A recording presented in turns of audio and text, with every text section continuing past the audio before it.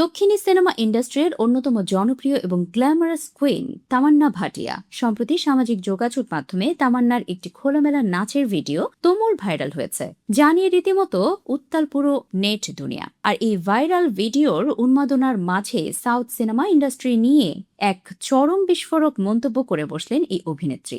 2 দশকের ক্যারিয়ারের অভিজ্ঞতা থেকে তামান্না সরাসরি সাউথ ইন্ডাস্ট্রিকে পুরুষতান্ত্রিক বলে আখ্যা দিয়েছেন। তার মতে সেখানে নারীদের যেভাবে দেখা হয় তা মোটেও ইতিবাচক বা প্রশংসাসূচক নয়। কিন্তু হঠাৎ কেন এমন গর্জে উঠলেন তামান্না?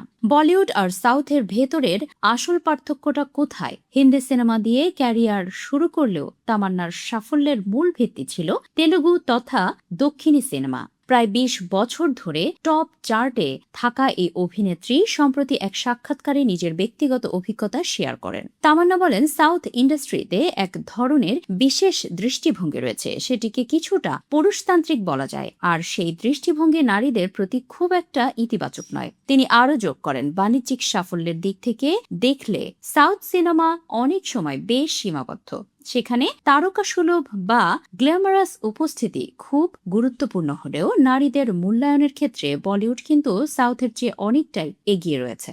বলিউডের প্রশংসা করে তামান্না বলেন, হিন্দি সিনেমা ইন্ডাস্ট্রিতে মূলত 2 ধরনের কাজের দারুণ সুযোগ রয়েছে। একদিকে কিছু অভিনেতা অভিনেত্রী আছেন যারা নিখাদ শিল্প ঘেঁষা বা কন্টেন্ট ভিত্তিক চরিত্রে কাজ করেন, যাদের সবসময় গ্ল্যামারাস গান বা নাচে দেখা যায় না। অন্যদিকে কমার্শিয়াল বা গ্ল্যামার দুনিয়া তো আছেই, তবে বলিউড এই 2 ধরনের কাজেরই সমান সুযোগ দেয়। আর তামান্নার মতে যারা এই দুটি ধারাতে সমান পারদর্শী, অর্থাৎ আর্ট ফিল্ম এবং কমার্শিয়াল নাচ গান দুটোই করতে পারেন, তারাই শেষ পর্যন্ত আসল সুপারস্টার হয়ে ওঠেন।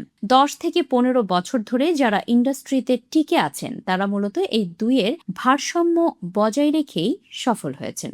এই সমস্ত আলোচনা আর বিতর্কের মাঝেই তামান্না বর্তমানে অপেক্ষা করছেন তার আগামী বড় project Bibaan force of the forest নিয়ে।